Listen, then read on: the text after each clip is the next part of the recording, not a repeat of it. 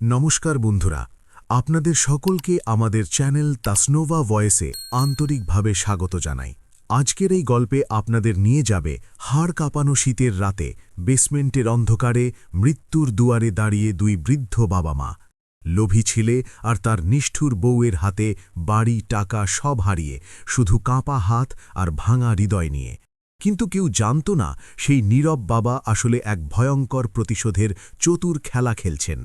যখন মায়ের হাত ভেঙে গেল আর ছেলে চিকিৎসা করাতে মানা করল, তখনই উঠল সেই আগুন। ভরা পার্টির আসরে লোভের সব গোপন পাপ ফাঁস হয়ে গেল। পুলিশের হাতকড়ায় বাধা পড়ল দুজন। শুনুন এই হৃদয় বিদারক রোমাঞ্চকর কাহিনী, যেখানে অকৃতজ্ঞ সন্তানের লোভের শেষ দেখবেন চোখের জলে আর রক্ত ফুটে। জয় মাতা দি বন্ধুরা, আজ এমন এক হৃদয় বিদারক অথচ রোমাঞ্চকর কাহিনী শোনাব যা আপনাদের চোখে জল এনে দেবে আর একসঙ্গে রক্তও ফুটিয়ে তুলবে। জমি টাকার নির্মম লোভে যে নিষ্ঠুর ছেলে আর তার অত্যন্ত লোভী বউ তাদের বৃদ্ধ বাবা মাকে হাড় কাঁপানো শীতের রাতে বেসমেন্টের গাঢ় অন্ধকারে মৃত্যুর মুখে ঠেলে দিয়েছিল, তাদের কল্পনাতেও আসেনি যে সেই অসহায় বাবা আসলে এক ভয়ঙ্কর প্রতিশোধের অত্যন্ত চতুর খেলা খেলছেন। যখন মায়ের হাত ভেঙে গেল আর ছেলে চিকিৎসা করাতে সরাসরি মানা করে দিল, তখন সেই নীরব শান্ত বাবা এমন এক ভয়াল রূপ ধারণ করলেন যে পুলিশ অফিসাররাও শিউরে উঠলেন। ভরা আসরে লোভী বউয়ের সব গোপন পাপের পর্দা এমন নির্মমভাবে ফাঁস হয়ে গেল যে রাতারাতি দুজনকে জেলের গাঢ় অন্ধকার কুঠুরিতে পচতে পাঠানো হলো। এ এক তীব্র করাঘাত সেই সব অকৃতজ্ঞ সন্তানদের মুখে যারা নিজেদের বাবা মাকে জীবনের অপ্রয়োজনীয় ফালতু জিনিস ভেবে ফেলে দেয়।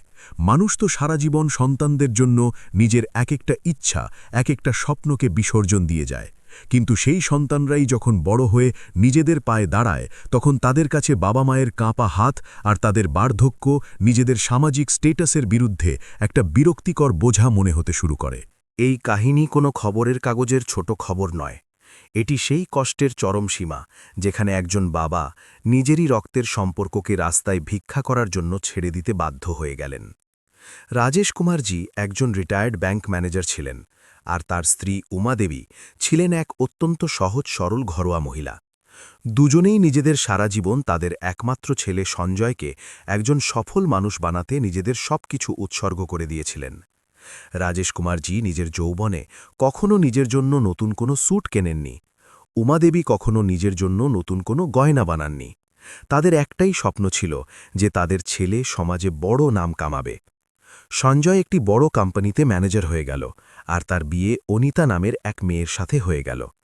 অনিতা দেখতে খুব সুন্দর আর মডার্ন ছিল, কিন্তু ভেতর থেকে সে ততটাই লোভী, অহংকারী আর নিষ্ঠুর ছিল। বিয়ের শুরুর কয়েক মাস তো সে খুব গুণবতী বউ হওয়ার নাটক করল। সে সকালে উঠে রাজেশ কুমারজি আর উমাদেবীর পাঁচ হতো, তাদের জন্য চা বানাত আর মিষ্টি মিষ্টি কথা বলত। এই দুই সহজ সরল বৃদ্ধের মনে হল যে তাদের ঘরে এক মেয়ে এসেছে, কিন্তু তারা জানতেন না যে এই ভদ্রতা ছিল মাথার ওপর গভীর এক ষড়যন্ত্রের অংশ। অনিতার চোখে রাজেশ কুমারজির সেই আলিশান তিনতলা বাড়ি আর ব্যাংকে রাখা তাদের সারা জীবনের জমানো টাকা খটকা দিচ্ছিল। একদিন সঞ্জয় খুব বিষণ্ণ মুখ নিয়ে তার বাবার কাছে আসলো। সে বলল যে, বাবাজি, আমাকে একটা নতুন ব্যবসা শুরু করতে হবে। চাকরিতে আর সেই আমেজ নেই, কিন্তু ব্যবসার জন্য ব্যাংক থেকে লোন লাগবে, আর ব্যাংক কোনো প্রপার্টি ছাড়া এত কোটির লোন দিচ্ছে না। অনিতার বাবাও টাকা লাগাতে রাজি আছেন, কিন্তু তিনি বলছেন, আগে আমি নিজেকে প্রমাণ করি। আপনি যদি এই বাড়িটা আমার নামে করে দেন, তবে আমি সহজেই লোন পেয়ে যাব। বাড়ি তো এমনিতেও আপনারই, শুধু কাগজে আমার নাম থাকবে। রাজেশ কুমারজি তার স্ত্রীর দিকে তাকালেন। উমাদেবী হাসি মুখে বললেন যে, দিয়ে দাও না গো, নিজেরই ছেলের ভবিষ্যৎ তৈরি হচ্ছে, আমাদের পর তো সবকিছু এরই। রাজেশ কুমারজি এক মুহূর্ত না ভেবে কোর্টে গিয়ে সেই আলিশান বাড়ির পুরো রেজিস্ট্রি সঞ্জয় আর অনিতার নামে করে দিলেন। সাথে তার ব্যাংক অ্যাকাউন্টের সব টাকাও সঞ্জয়ের নতুন ব্যবসার অ্যাকাউন্টে ট্রান্সফার করে দিলেন। বাস, ঠিক এই দিনটাই ছিল যেদিন অনিতা আর সঞ্জয়ের মুখ থেকে সেই মিথ্যে মুখোশ চিরকালের জন্য খুলে গিয়েছিল। বাড়ি আর টাকা নিজের নামে হতেই অনিতা তার আসল রূপ দেখাতে শুরু করল। যে বাড়ির এক একটি ইট রাজেশ কুমারজি নিজের ঘাম দিয়ে গড়েছিলেন, সেই বাড়িতে তাদের মর্যাদা একটি ফালতু আর পুরনো আসবাবপত্রের চেয়েও খারাপ হয়ে গেল। শুরু হলো খাবার দিয়ে। উমাদেবীর সুগার আর ব্লাড প্রেশারের অসুখ ছিল, তার সাধারণ খাবার লাগত, কিন্তু অনিতা ইচ্ছে করে এমন খাবার বানানো শুরু করল যা খুব ঝাল আর তেলযুক্ত হতো। যখন উমাদেবী খুব আদর করে অনিতাকে বারণ করলেন, তখন অনিতা পালিতে যে জবাব দিল তাই দুই বৃদ্ধের পায়ের তলা থেকে মাটি সরিয়ে দিল। অনিতা খুব রুক্ষভাবে বলল যে, দেখুন মাঝি, আমার কাছে এত ফালতু সময় নেই যে আমি আপনাদের দুজনের জন্য আলাদা করে পানসে খাবার বানাবো। আমার নিজেরও লাইফ এনজয় করার আছে। যা রান্না হয়েছে তা চুপচাপ খেয়ে নিন, না হলে কাল থেকে নিজের ব্যবস্থা নিজে করে নেবেন। উমাদেবীর চোখে জল এসে গেল। তিনি সঞ্জয়ের দিকে তাকালেন, যে সোফায় বসে মোবাইল চালাচ্ছিল। সঞ্জয় নিজের মাকে কাঁদতে দেখে খুব নির্লজ্জের মতো বলল যে, মা, অনিতা ঠিকই বলছে। সে সারাদিন কাজ করে ক্লান্ত হয়ে যায়। আপনারা একটু মানিয়ে নিতে শিখুন। সব বিষয় বাড়িতে অশান্তি করবেন না। সেদিন রাজেশ কুমারজি আর উমাদেবী মাঝরাত পর্যন্ত কিছু খেলেন না। তারা শুধু একে অপরের হাত ধরে নিজেদের ঘরে কাঁদতে থাকলেন। কিন্তু এটা তো ছিল সেই ভয়াবহ নরকের এক খুব ছোট শুরু মাত্র। কিছু মাস পর শীত শুরু হয়ে গেল। ডিসেম্বরের সেই হাড় কাঁপানো শীত হাড় পর্যন্ত কাঁপিয়ে দিচ্ছিল। একদিন অনিতা বাড়ির দুই কাজের লোককে ডাকল। রাজেশ কুমারজি আর উমাদেবীর সব জিনিসপত্র, তাদের পুরনো ট্রাঙ্ক, তাদের জামাকাপড় আর তাদের ওষুধপত্র সব তুলে বাড়ির সবচেয়ে নিচের বেসমেন্টে ফেলে দিল। এই বেসমেন্ট আগে পুরনো ভাঙাচোরা আর খারাপ কাঠ রাখার জন্য ব্যবহার হতো। সেখানে না তো কোনো ঠিকঠাক জানলা ছিল, না তো তাজা হাওয়ার কোনো রাস্তা ছিল। বেসমেন্টের মেঝে বরফের মতো ঠান্ডা থাকত, আর সেখান থেকে স্যাঁতস্যাঁতে এক ভয়াবহ দুর্গন্ধ আসত। রাজেশ কুমারজি কাঁপতে কাঁপতে সঞ্জয়ের কাছে গেলেন। তিনি নিজের ছেলের সামনে হাত জোর করে বললেন যে, বাবা, অনিতা এটা কি করছে? আমাদের ওই জঞ্জাল ভরা অন্ধকার ঘরে কেন পাঠাচ্ছে? তোমার মায়ের তো সিঁড়ি দিয়ে নামতেও কষ্ট হয়, তার গাঁটে গাঁটে ব্যথা। আমরা ওখানে ওই শীতে কিভাবে থাকব বাবা? সঞ্জয় তার বাবার চোখে তাকালো, আর তার মুখ থেকে বের হওয়ার শব্দগুলো একজন বাবার আত্মার হত্যা করে দিল। সঞ্জয় বলল যে, বাবাজি, অনিতা ঠিকই বলছে। ওপরে আমাদের নিজেদের প্রাইভেসি চাই। অনিতার বান্ধবীরা আসে, আমার বন্ধুরা আসে, আপনারা সারাদিন হলে বসে কাঁচতে থাকেন। আমাদের বন্ধুদের সামনে খুব লজ্জা হয়। আপনারা বেসমেন্টে শান্তিতে থাকুন, সেখানে কেউ আপনাদের বিরক্ত করবে না। রাজেশ কুমারজি সেখানেই পাথরের মতো জমে গেলেন। যে ছেলেকে তিনি নিজের কাঁধে বসিয়ে পৃথিবী দেখিয়েছিলেন, আজ সেই ছেলে নিজের বন্ধুদের মিথ্যে আভিজাত্যের জন্য নিজের বাবা মাকে অন্ধকারে মরার জন্য ফেলে দিচ্ছিল। রাজেশ কুমারজি তার স্ত্রীর কাছে গেলেন, আর দুজনে একে অপরের সাহারা নিয়ে সেই অন্ধকার আর স্যাঁতস্যাঁতে বেসমেন্টে চলে গেলেন। সেদিন থেকে ওই দুই বৃদ্ধের জীবন এমন এক ভয়াবহ নরকে বদলে গেল, যার কল্পনাও কেউ করতে পারে না। অনিতা তাদের খাওয়া দাওয়া প্রায় বন্ধ করে দিয়েছিল। দিনে মাত্র একবার রাতের বেঁচে যাওয়া দুটো শুকনো রুটি আর জলের মতো পাতলা ডাল একটা পুরনো ভাঙা প্লেটে বেসমেন্টের সিঁড়িতে রেখে দেওয়া হতো। যদি উমাদেবী কখনো এক কাপ চা চাইতেন, তবে অনিতা ওপর থেকেই গালিগালাজ শুরু করে দিত। অনিতা চিৎকার করে বলতো যে বসে বসে খাওয়ার খুব অভ্যেস হয়ে গেছে এই বুড়ো বুড়ির, সারাদিন খেতেই থাকে। আমার বাবার কোনো গুপ্তধন এখানে পোতা নেই যে আমি সারাদিন এদের জন্য চা আর নাস্তা বানাবো। তাড়াতাড়ি মরেও না যে আমাদের জান বাঁচে। রাজেশ কুমারজি তার স্ত্রীকে ক্ষুধার্ত দেখে কেঁদে ফেলতেন। তার কাছে একটা টাকাও ছিল না যে তিনি বাইরে থেকে কিছু আনতে পারেন। তার পেনশনের সব টাকা সঞ্জয় নিজের অ্যাকাউন্টে ট্রান্সফার করিয়ে নিয়েছিল। শীত খুব বেড়ে গিয়েছিল। বেসমেন্টের মেঝে বরফের টুকরো হয়ে গিয়েছিল। রাজেশ কুমারজি আর উমাদেবীর কাছে ওড়ার জন্য শুধু একটা পুরনো আর ছেঁড়া কম্বল ছিল। দুই বৃদ্ধ সারা রাত সেই ছোট বিছানায় কুঁকড়ে কাঁপতে থাকতেন। উমাদেবীর গাঁটের ব্যথা এখন এতটা বেড়ে গিয়েছিল যে তিনি সাহারা ছাড়া দাঁড়াতেও পারতেন না। তাদের ওষুধপত্র কয়েক মাস ধরে বন্ধ ছিল, কারণ অনিতা পরিষ্কার বলে দিয়েছিল যে সে ফালতু ওষুধের পেছনে টাকা নষ্ট করবে না। কিন্তু অনিতার নীচতা এখনও আরও বাকি ছিল। জানুয়ারির এক খুব ঠান্ডা সকাল ছিল।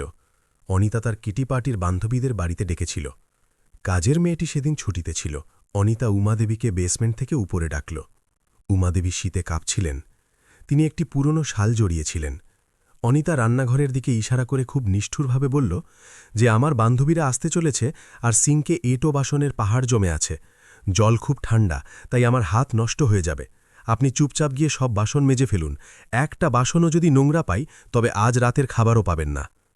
উমাদেবী কাঁদতে কাঁদতে হাত জোর করলেন। তিনি বললেন যে, বৌমা, আমার হাতে খুব ব্যথা, বরফের মতো জল, আমার আঙুলগুলো নড়ছে না। আমাকে ছেড়ে দাও বৌমা, আমি বেসমেন্টে চলে যাচ্ছি। অনিতা উমাদেবীকে এক জোর ধাক্কা দিল। অনিতা চিৎকার করে বলল, চুপচাপ কাজ করুন, বসে বসে খেতে হলে কিছু কাজও করতে হবে। উমাদেবী টাল সামলাতে না পেরে রান্নাঘরের স্ল্যাবই ঠাক্কা খেলেন। বাধ্য হয়ে তিনি ওই হাড় কাঁপানো শীতে বরফের মতো ঠান্ডা জলে বাসন মাজতে লাগলেন। তার আঙুলগুলো নীল হয়ে গিয়েছিল, ব্যথার চোটে তার চোখ দিয়ে জল পড়ছিল। তখনই তার কাঁপানো হাত থেকে একটা কাঁচের বাটি ফসকে মেঝেতে পড়ে ভেঙে গেল। অনিতা যে বাইরে দাঁড়িয়েছিল সে পাগলের মতো ভেতরে আসল। অনিতা চিৎকার করে বলল, অন্ধ হয়ে গেছেন নাকি আপনি? এত দামি বাটি ভেঙে দিলেন আমার? আপনাদের তো রাস্তায় ভিক্ষা করা উচিত। উমাদেবী ঘাবড়ে গিয়ে পিছিয়ে গেলেন, কিন্তু মেঝেতে জল পড়েছিল। তার পা পিছলে গেল আর তিনি খুব বাজেভাবে মেঝেতে পড়ে গেলেন। উমাদেবীর মুখ থেকে এক খুব যন্ত্রণাদায়ক চিৎকার বের হল। তার ডান হাত অদ্ভুত এক অ্যাঙ্গেলে বেঁকে গিয়েছিল, তার হাতের হাড় ভেঙে গিয়েছিল। তিনি ব্যথায় ছটফট করতে করতে মেঝেতে কাঁদতে লাগলেন। রাজেশ কুমারজি বেসমেন্ট থেকে এই চিৎকার শুনে কাঁপতে কাঁপতে সিঁড়ি দিয়ে উপরে আসলেন। নিজের স্ত্রীকে মেঝেতে ছটফট করতে দেখে তার বুক ফেটে গেল। রাজেশ কুমারজি কাঁদতে কাঁদতে অনিতাকে বললেন যে, বৌমা, আমার স্ত্রীর হাত ভেঙে গেছে, তাড়াতাড়ি সঞ্জয়কে ফোন করো, আমাদের হাসপাতালে যেতে হবে, আমার উমা ব্যথায় মরে যাচ্ছে। কিন্তু অনিতার মুখে কোনো দয়া ছিল না। সে খুব অহংকারের সাথে বলল, কোনো সঞ্জয়কে ফোন করা হবে না, ওর অফিসে খুব কাজ থাকে, আর আমি কোনো হাসপাতালের খরচ বইতে পারবো না। বুড়ো বয়সে হাড় দুর্বল হয়ে যায়, এটা নতুন কিছু নয়। যান, এদের নিয়ে ফিরে যান আপনাদের বেসমেন্টে, আর সেখানেই গিয়ে কাঁদুন। আমার বান্ধবীরা আসতে চলেছে, এখানে রক্ত আর তামাশা ছড়াবেন না। রাজেশ কুমারজি দেখলেন যে সঞ্জয় ঠিক সেই সময়ই অফিসে যাওয়ার জন্য সিঁড়ি দিয়ে নামছিল। রাজেশ কুমারজি দৌড়ে সঞ্জয়ের পায়ে পড়ে গেলেন। তিনি সঞ্জয়ের পা ধরে গেলেন। রাজেশ কুমারজি কাঁদতে কাঁদতে বললেন যে, বাবা, নিজের মাকে দেখ, ওর হাত ভেঙে গেছে, ও ব্যথায় ছটফট করছে, আমাকে শুধু ওকে হাসপাতালে নিয়ে যেতে দে, তুই আমাকে মার, আমাকে না খাইয়ে রাখ, কিন্তু নিজের মায়ের চিকিৎসা করিয়ে দে বাবা, ও মরে যাবে। সঞ্জয় নিজের মাকে মেঝেতে ছটফট করতে দেখল, কিন্তু তার চোখে কোনো মনুষ্যত্ব বাকি ছিল না। সে পুরোপুরি নিজের স্ত্রীর লোভে অন্ধ হয়ে গিয়েছিল।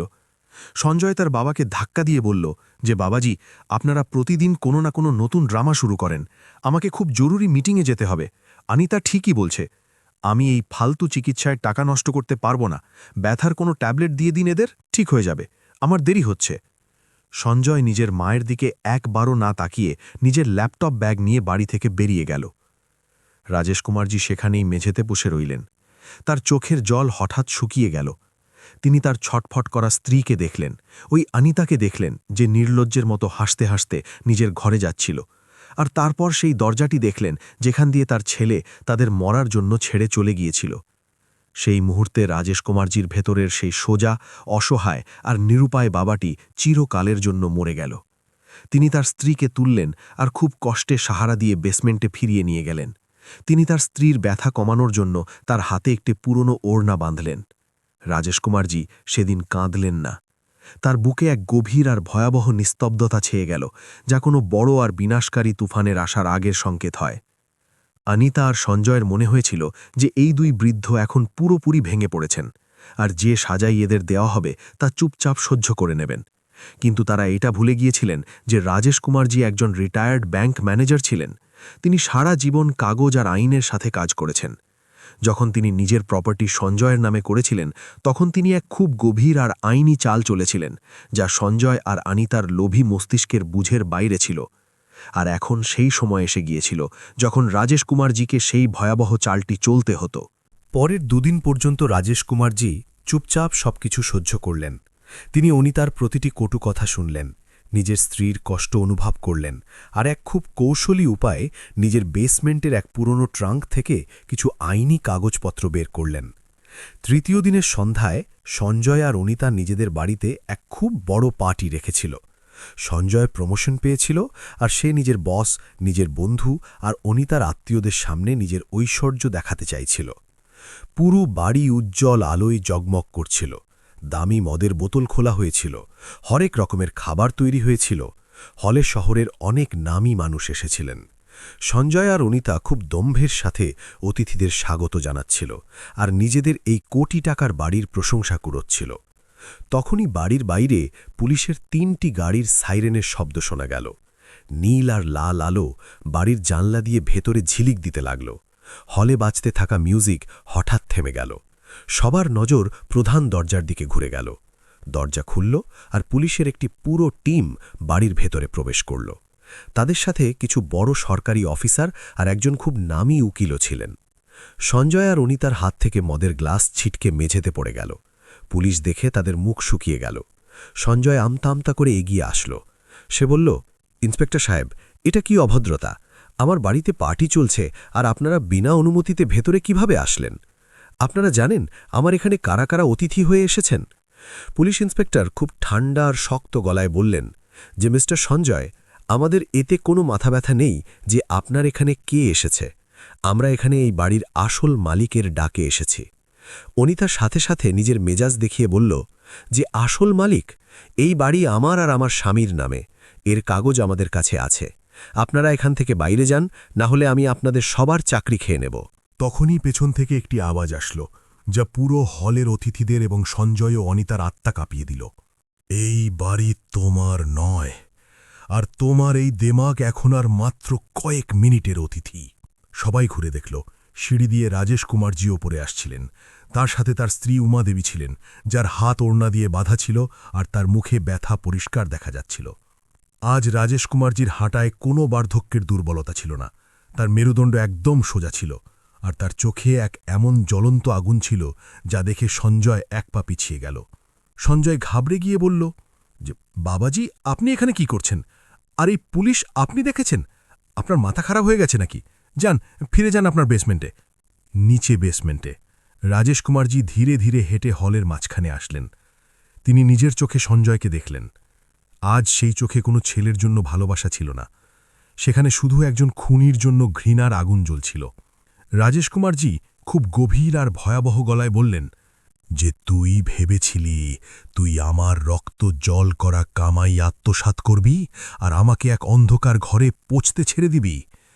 তুই ভেবেছিলি কাগজের এই টুকরোগুলো তোর নামে হয়ে গেল মানেই তুই এই বাড়ির ভগবান হয়ে গেলি? অনিতা ঘাবড়ে গেল, কিন্তু সে নিজের মিথ্যে দাপট দেখানোর চেষ্টা করল।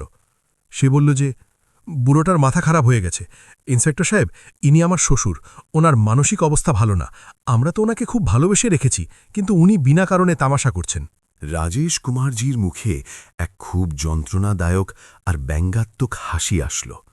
রাজেশ কুমারজি বললেন যে, ভালোবেসে রেখেছ? আমার স্ত্রীর হাত ভেঙে তাকে বেসমেন্টের অন্ধকারে মরার জন্য ছেড়ে দেওয়াটা ভালোবাসা হয়? হাড় কাঁপানো শীতে আমাদের এক এক ফালি রুটির জন্য তড়পানো ভালোবাসা হয়? রাজেশ কুমারজি নিজের সাথে আসা উকিলের দিকে তাকালেন। উকিল এগিয়ে এসে এক খুব মোটা আইনি ফাইল সঞ্জয়ের বুকে ছুঁড়ে মারলেন। উকিল বললেন যে, মিস্টার সঞ্জয়, এই কাগজগুলো নিজের চোখ বড় বড় করে পড়ুন। যখন আপনার বাবা এই বাড়ি আপনার নামে ট্রান্সফার করেছিলেন, তখন তিনি সোজাসুজি রেজিস্ট্রি করেননি। তিনি সিনিয়র সিটিজেন মেইনটেন্যান্স অ্যাক্টের অধীনে একটি কন্ডিশনাল গিফট ডিড বানিয়েছিলেন, যার ক্লজে পরিষ্কার লেখা ছিল যে যদি আপনি আপনার বাবা মায়ের দেখাশোনা না করেন, তাদের মৌলিক চাহিদা আর চিকিৎসা না দেন, তবে এই প্রপার্টি ট্রান্সফার রাতারাতি বাতিল হয়ে যাবে। আর যেহেতু আপনি আর আপনার স্ত্রী এদের ক্ষুধার্ত রেখেছেন, এদের চিকিৎসা করাননি আর এদের বেসমেন্টে ফেলে দিয়েছেন, তাই কালই কোর্ট আপনার ওই মিথ্যে রেজিস্ট্রি বাতিল করে দিয়েছে। এই বাড়ি এখন আবার রাজেশ কুমারজির নামে। এটা শুনেই সঞ্জয় আর অনিতার পায়ের তলা থেকে মাটি সরে গেল। তাদের মাথার শিরা যেন ফেটে যাওয়ার উপক্রম হল। সঞ্জয় পাগলের মতো চিৎকার করতে লাগল। সে বলল যে, এটা মিথ্যে, আমার কাছে পাকাপোক্ত কাগজ আছে, কেউ আমার বাড়ি আমার থেকে কেড়ে নিতে পারবে না। রাজেশ কুমারজি নিজের পকেট থেকে একটা পেনড্রাইভ বের করলেন আর সেটা পুলিশ ইন্সপেক্টরকে দিয়ে দিলেন। রাজেশ কুমারজি বললেন যে, ইন্সপেক্টর সাহেব, আমি নিজের বেসমেন্টের ঘরে আর রান্নাঘরের কাছে একটা ছোট লুকানো ক্যামেরা লাগিয়ে রেখেছিলাম। এই পেনড্রাইভে সেই সব ভিডিও রেকর্ডিং আছে যেখানে এই মেয়েটি আমার স্ত্রীকে গালি দিচ্ছে, তাকে ধাক্কা মারছে আর তাকে ঠান্ডায় বাসন মাজতে বাধ্য করছে। ওতে সেই ভিডিওটাও আছে যেখানে আমার স্ত্রীর হাত ভেঙেছে আর এই নামর্দ ছেলেটি তার চিকিৎসা করাতে পরিষ্কার মানা করে দিয়েছে। হলের সব মেহমানদের হুশ উড়ে গেল। সঞ্জয়ের বসও সেখানে ছিলেন। ওনার মুখ রাগে লাল হয়ে গিয়েছিল। পুলিশ ইন্সপেক্টরের রক্ত টকবক করে ফুটছিল। তিনি সাথে সাথে নিজের সিপাহীদের এক কঠোর ইশারা করলেন। ইন্সপেক্টর বললেন যে, এই দুজনকে গ্রেফতার করো আর হাত করা পড়াও। এদের ওপর সিনিয়র সিটিজেন অ্যাক্টের অধীনে প্রতারণা, একজন বৃদ্ধের জীবন ঝুঁকিতে ফেলা, মানসিক নির্যাতন আর খুনের চেষ্টার অজামিনযোগ্য মামলা দায়ের হবে। যেমনই পুলিশরা হাতকড়া বের করে সঞ্জয় আর অনিতার দিকে এগিয়ে গেল, সঞ্জয়ের সব অহংকার আর তার সেই স্যুট বুট পরা মেজাজ চুরমার হয়ে গেল। তার ক্যারিয়ার, তার চাকরি আর তার সম্মানের ধুলোয় মিশে যাওয়া সে পরিষ্কার দেখতে পাচ্ছিল। সঞ্জয় পাগলের মতো কাঁদতে কাঁদতে এগিয়ে আসলো আর ধপাস করে তার বাবার পায়ে পড়ে গেল। সে রাজেশ কুমারজির 2 পা শক্ত করে ধরে নিল। সঞ্জয় ফুপিয়ে ফুপিয়ে কাঁদতে লাগল। সে বলল যে, বাবাজি, আমাকে মাফ করে দিন বাবাজি, আমি অন্ধ হয়ে গিয়েছিলাম। আমি এই মহিলার কথা এসে নিজের বিবেক ভুলে গিয়েছিলাম। আমি আপনার একমাত্র ছেলে। বাবাজি, আমাকে জেলে পাঠাবেন না। আমার কোম্পানির লোক আমাকে বের করে দেবে। আমার কেরিয়ার শেষ হয়ে যাবে। আমার পুরো জীবন বরবাদ হয়ে যাবে। বাবাজি, আমাকে বাঁচান। রাজেশ কুমারজি নিজের জায়গা থেকে 1 ইঞ্চিও নড়লেন না। তার মুখে কোনো দয়া আসল না। তিনি নিজের পা খুব নির্মমতা আর ঘৃণার সাথে সঞ্জয়ের বাঁধন থেকে ছাড়িয়ে নিলেন।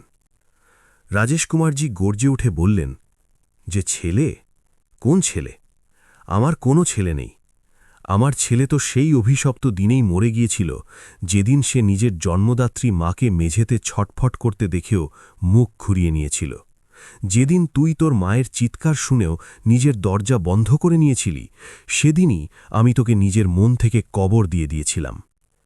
রাজেশ কুমারজি একটু ঝুঁকলেন আর সঞ্জয়ের চোখের দিকে তাকিয়ে বললেন, যে তোর নিজের জীবন বরবাদ হওয়ার ভয় লাগছে? নিজের ক্যারিয়ার নিয়ে কাঁপছিস তুই? যখন আমার উমা ঠান্ডায় কাঁপছিল, যখন তার হাড় ভাঙার ব্যথায় তার নিঃশ্বাস বন্ধ হয়ে আসছিল, তখন তোর মনুষ্যত্ব কোথায় মরে গিয়েছিল? তখন তোর মনে পড়েনি যে আমি তোর বাবা? এখন পচ ওই জেলের ঘানিতে। এরপর রাজেশ কুমারজি অনিতার দিকে তাকালেন, যে ভয়ের চোটে সোফার এক কোণে সিঁটিয়ে লুকিয়ে থাকার চেষ্টা করছিল। তার মুখ ফ্যাকাশে হয়ে গিয়েছিল আর তার ঠোঁট কাঁপছিল। রাজেশ কুমারজি তার দিকে আঙুল তুলে বললেন, যে আর তুমি?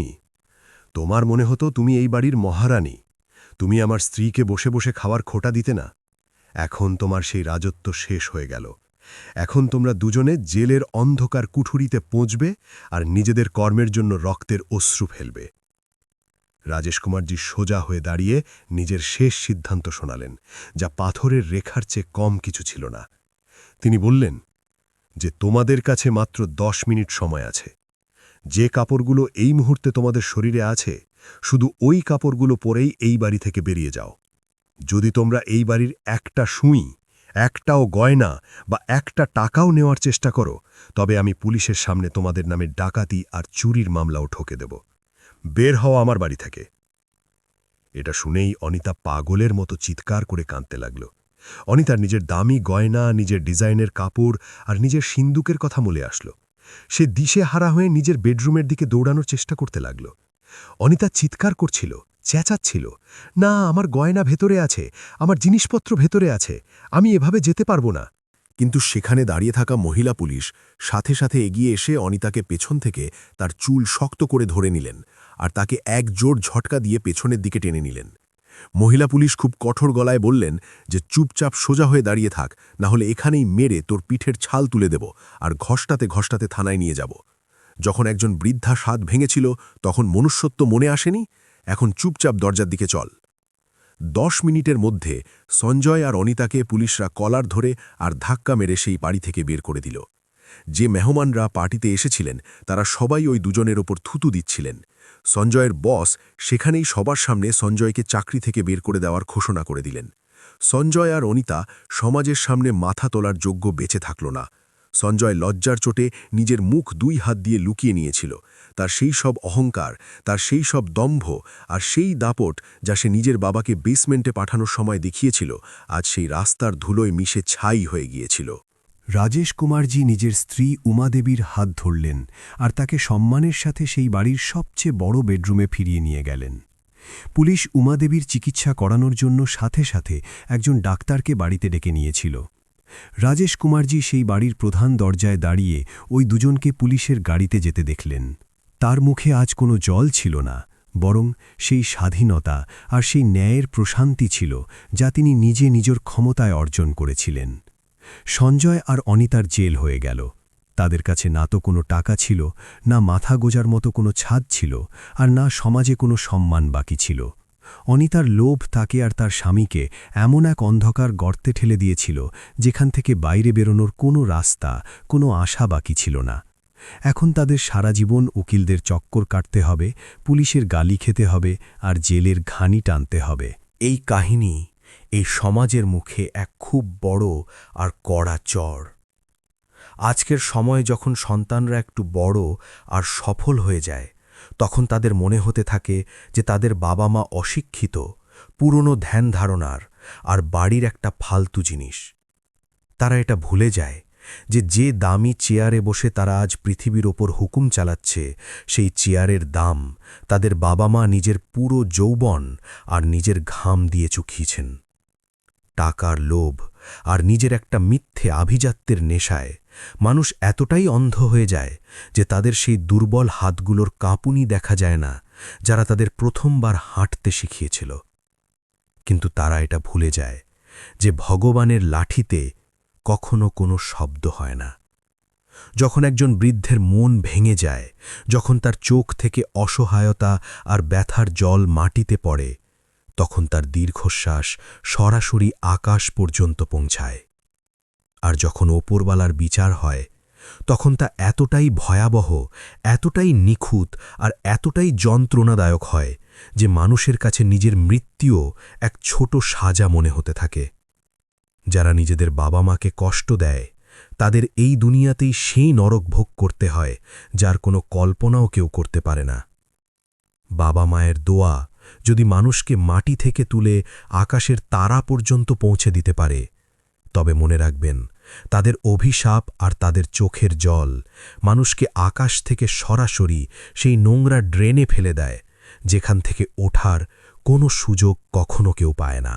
এই কাহিনী থেকে আমরা যে সবচেয়ে গভীর আর তেতো শিক্ষা পাই তা হলো এই যে মানুষ নিজের জীবনে যতই বড় কেন না হয়ে যাক, যদি সে নিজের বাবা মায়ের ত্যাগ, তাদের ভালোবাসা আর তাদের কুরবানিকে ভুলে যায়, তবে তার সব সফলতা বেকার হয়ে যায়। বাবা মা শুধু আমাদের জন্মই দেন না, বরং নিজের প্রতিটি খুশি, প্রতিটি স্বপ্ন আর নিজের পুরো যৌবন আমাদের ভবিষ্যতের জন্যে কুরবানি করে দেন। তারা নিজের ছোট ছোট ইচ্ছেকে মেরে আমাদের জন্য বড় বড় স্বপ্ন সাজান, আমাদের লেখাপড়া শেখান, আমাদের এই যোগ্য বানান যাতে আমরা সমাজে মাথা তুলে বাঁচতে পারি। কিন্তু যখন সেই সন্তানরাই বড় হয়ে নিজের পায়ে দাঁড়িয়ে যায়, তখন অনেক সময় তাদের নিজেদের বাবা মাকেই বোঝা মনে হতে থাকে। তাদের বার্ধক্য, তাদের দুর্বলতা আর তাদের প্রয়োজনগুলো তাদের কাছে নিজেদের স্টেটাসের বিরুদ্ধে মনে হতে থাকে। এই চিন্তাই মানুষকে ভেতর থেকে এতটাই নিচে নামিয়ে দেয় যে সে মনুষ্যত্ব পর্যন্ত ভুলে যায়। লোভ মানুষের সবচেয়ে বড় শত্রু। যখন কারোর ভেতরে টাকা, প্রপার্টি আর আমোদ প্রমোদের লোভ সীমার বাইরে বেড়ে যায়, তখন সে সম্পর্কের দাম ভুলে যায়। ছেলে আর বউ দুজনেই এই লোভে অন্ধ হয়ে গিয়েছিল যে তাদের শুধু বাড়ি আর টাকা চাইছিল। চাই তার জন্য তাদের নিজেদের বাবা মাকেই কেননা তড়পাতে হোক। কিন্তু লোভের শেষ সবসময় খারাপই হয়। যে মানুষ অন্যের হক কেড়ে নিয়ে এগিয়ে যেতে চায়, সে কিছু সময়ের জন্য সফল দেখালেও শেষে তাকে নিজের কর্মের ফল অবশ্যই পেতে হয়।